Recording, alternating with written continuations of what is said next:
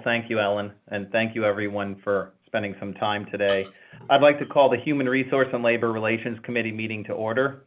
And Ellen, can I ask you to take a roll call for the meeting, please? Certainly. Good afternoon, everybody. Trustee Bartholomew. Yes. And I don't believe Trustee Dobson is with us. Trustee Irwin. Here. Trustee Gardner. Here. Trustee Mishu. Here. Trustee Riley. Here. We're all set. Thank you, Ellen. And I'd like to remind meeting participants to please leave their mics muted when not speaking. First item on the agenda, we have an executive session. And could I have a motion for the Human Resource and Labor Relations Committee of the Board of Trustees to go into executive session under the provision of 1 MRSA Section 4056A to discuss the evaluation of personnel and the consideration and discussion of appointments, evaluations, employment, and duties. And 1 MRSA Section 4056D to discuss the planning for negotiations and communications with AFUM, UMPSA, ACSUM, police, PATFA, and service maintenance units. So moved. Second. Ellen, can you take a roll call? Trustee Bartholomew. Yes. Trustee Irwin. Yes. Trustee Gardner. Yes. Trustee Mishu. Yes. Trustee Riley. Yes. Motion is carried.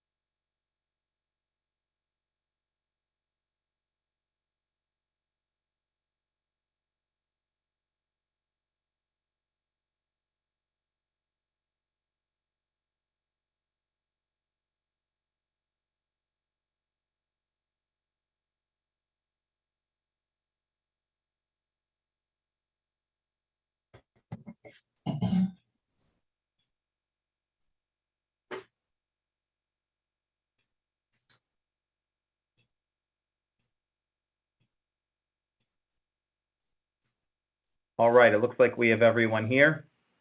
For our meeting today, we have two topics, and I'd like to start by introducing our first agenda item. Tab 1 in your workbooks of the Turnover and Analysis Report. And I will hand it over to our Interim Director of Compensation, James Clark, to give us an overview. Good afternoon, everyone. Thank you for asking me to come and present the turnover analysis to you this afternoon, as well as the workforce profile that I believe is going to follow this overview.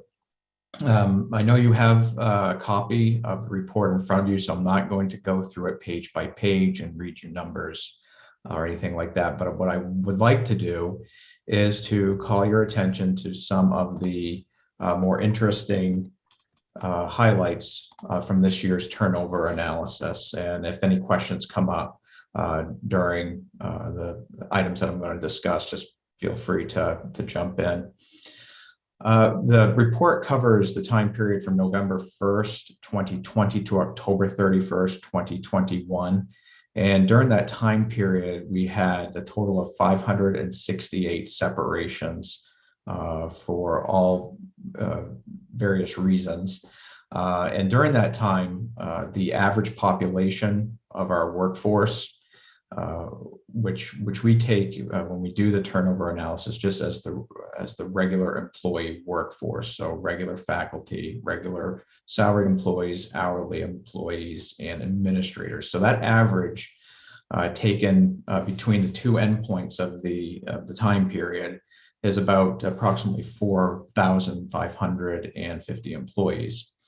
Now that translates into a turnover rate of 12.5%. Now last year's turnover rate was 10.1%. So there was definitely an uptick this year compared to last year. And I think a lot of organizations are seeing that with the change in work culture that's going on with what's been labeled the Great Resignation. But to put that in context even further, the 10-year average for turnover for the University of Maine system runs at about 11.9% with a standard deviation of 1.5%. So what that means is on any given year, we're going to fall within 10.5 to 13% turnover rate. So this year's turnover rate, even though it has come up from 2020, it's nothing no red flag should be going off, so to speak. It falls within less than one standard deviation of our average over the last 10 years. A quarter of all the separations that we saw last year were due to retirements. And I imagine that that's going to go up next year, given the retirement incentive that was just offered to faculty. Going out to a service that we use here in compensation for external benchmarking, we use CUPA, which is an acronym that stands for Colleges, Universities, Professional Association. They gave a turnover rate last year of 11.7. So we are a little above the national rate, but pretty much within the same general area. Also looking at the Bureau of Labor Statistics for the education sector, the education sector as a whole saw a bit of a drop in turnover last year, whereas we saw a bit of a rise. But looking back over the last 5 or 6 years, the University of Maine system is still trending down when it comes to turnover. And some of the initiatives that are being implemented right now in HR, we're hoping that we can continue to move turnover down overall through the efforts of propping up a talent acquisition group and be having better employee engagement.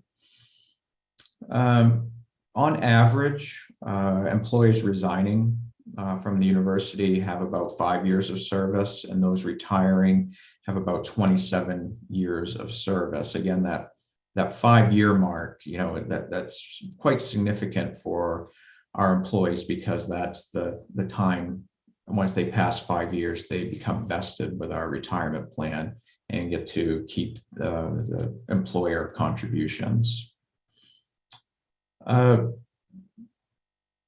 Last year, 59 of the new hires had minority status. And of that 59, this is an interesting metric that we probably want to keep in mind, 12 left in the first year of employment. So that's a 20% turnover rate for employees with minority status. And that compares to a 13% turnover rate of employees of non-minority status that left in the first year. So there is quite a disparity there. You can see it's about 50% higher between the two rates. So I wanted to call that to your attention as well. We retained approximately 88% of employees from the beginning of the time period to the end, which correlates right to the 12.5% turnover rate. We saw the largest number of separations, 36% in fact, came from our UMSA unit. But that makes sense because UMSA makes up 36% of the entire employee population. So that makes sense.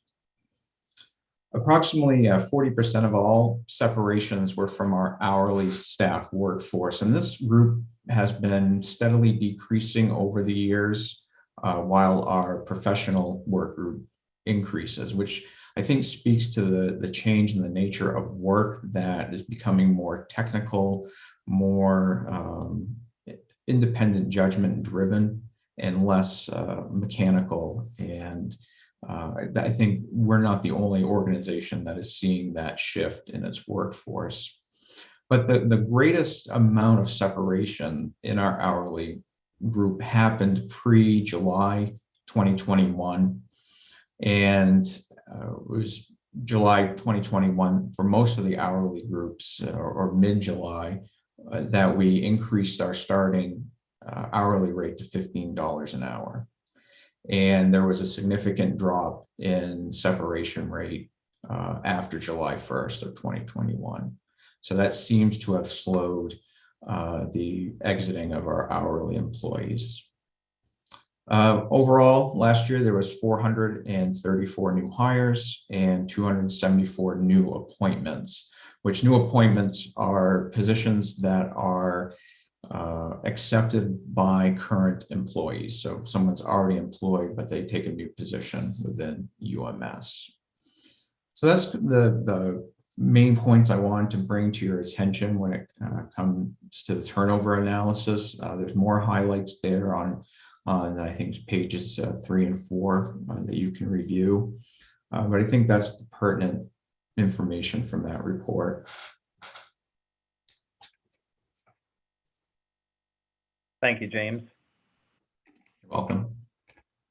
Any questions on the turnover report? This is delivered on a cadence, so we get it twice a year, I believe. Trustee Riley. It's a very great summary. Thank you for not making us read PowerPoints. I really appreciate the pithy summary.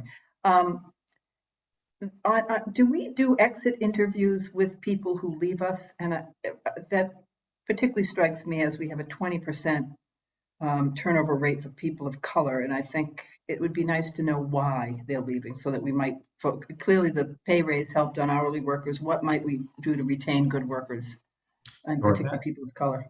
Yeah, that's something that I know Loretta is, that's a priority for us in HR with setting up talent acquisition, that we want to have a more robust data collection of why are people leaving. You know, we code them in the system a particular way, but that doesn't give us the details into why they actually separated from us. So that is something that is coming once talent acquisition gets set up and we collect that data. I think some areas are probably collecting that, but we're not capturing that within our system yet, but we hope to soon. Good, thank you. Along those lines, I'm curious, how are we doing in terms of vacancy or open positions versus historical trend? Do we have a large swath of open positions versus this time last year or 2 years ago, or? Yeah, I definitely from 2 years ago, we do. I think there's still some challenges within the recruiting space in our hourly workforce. I mean, we're competing with a number of other, employers in the area statewide that are offering starting salaries and comparable to ours. So I think there is still a large number of open positions out there. Perhaps Loretta can speak more to that. I see she has her hand up.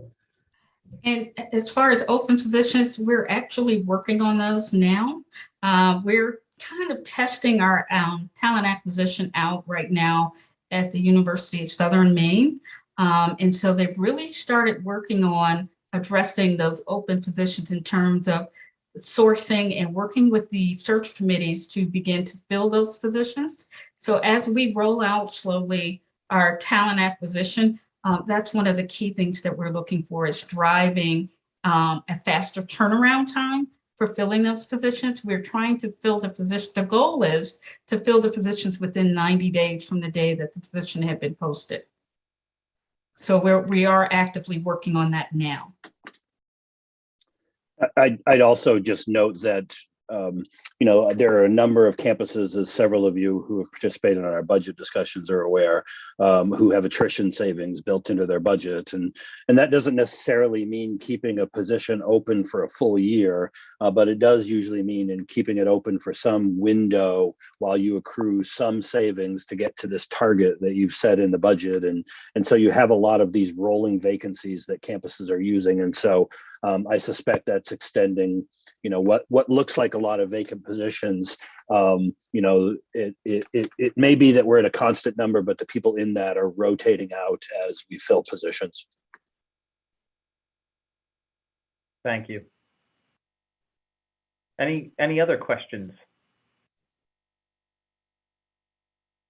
Good. Hearing none, maybe we'll turn back to the workforce profile report then. And to lead that conversation, our interim director of compensation, Jim Clark again.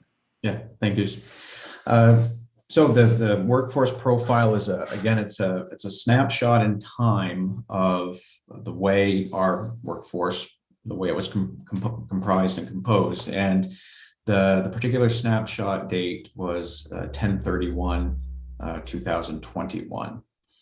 And at that point in time, we had a head count of 4,525 employees, which is slightly down from last year by 26 people. And then we also had, within the workforce profile, we captured the adjunct faculty as well. And we had, as of October 31st, 854, which is slightly up just a little bit from last year. Looking at the workforce overall, we currently are sitting at about a breakdown of 54% women and 46% men. And the one area that I think we've spent some time looking at in the past, especially in the tenure report, is at the faculty, because within the faculty, there is a slight disparity between men and women. Men hold about 52% of all faculty positions, whereas women hold 48%. And all the other, employee groups, which would be administrators, which would include management group and then a few other high-level positions, our faculty, regular faculty, our professional positions, and our hourly positions. So it's really within our faculty group that there's still a disparity between the men and the women.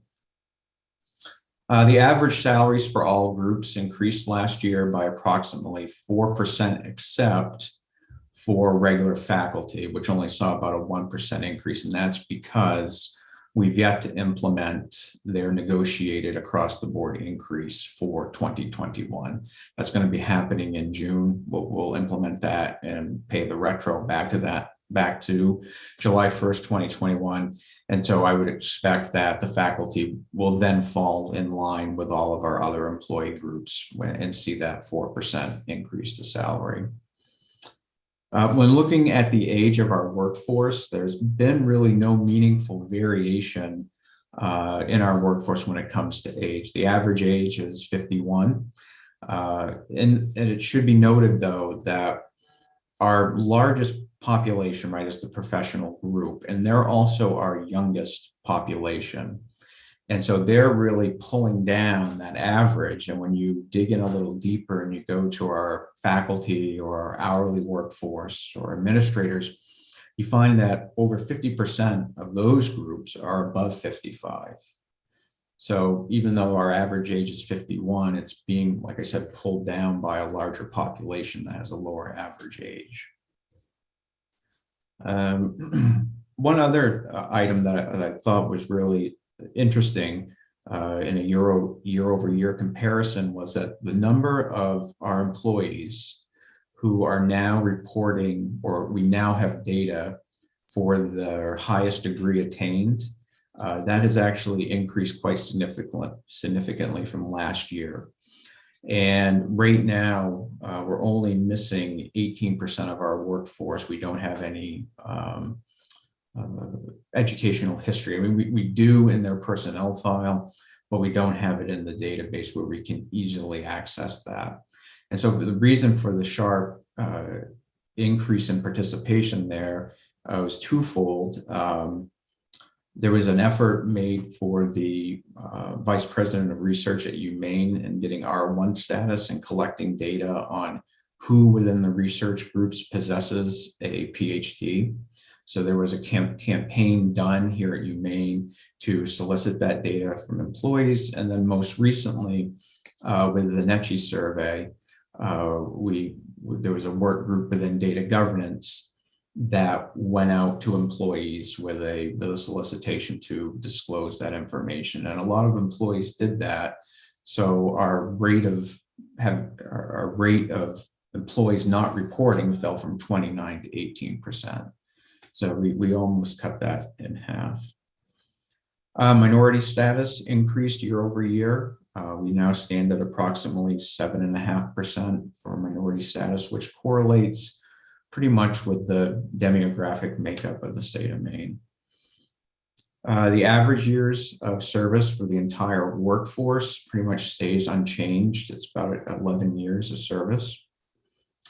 And one other thing that I thought was interesting to share with you is that our part-time faculty teaching load increased by about 200 credits from the fall semester of 2020 to the fall semester of 2021. I'm not quite sure what caused that uptick, but that is definitely showing up in the data this year. So that's kind of the high level view of the workforce profile. There's a lot of numbers in that report, so it's probably better used as a reference manual than something to spend your time reading for leisure. Thank you, James. That's a good overview and a better understanding for us all. Any questions? Anyone?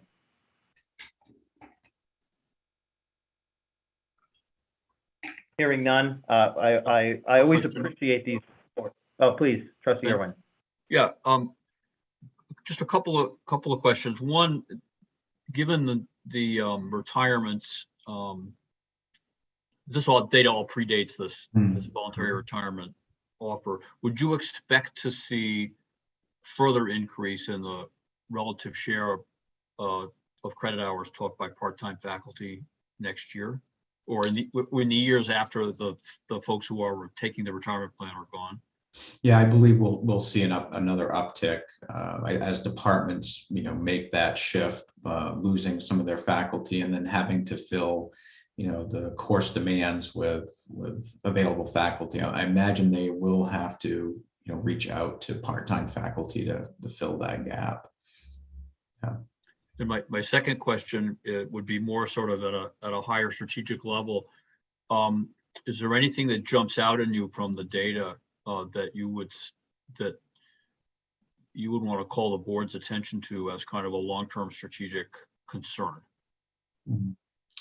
Well, I do know that our headcount for part-time faculty runs, right around 800, and that's been consistent for a number of years now, probably going back to 2015.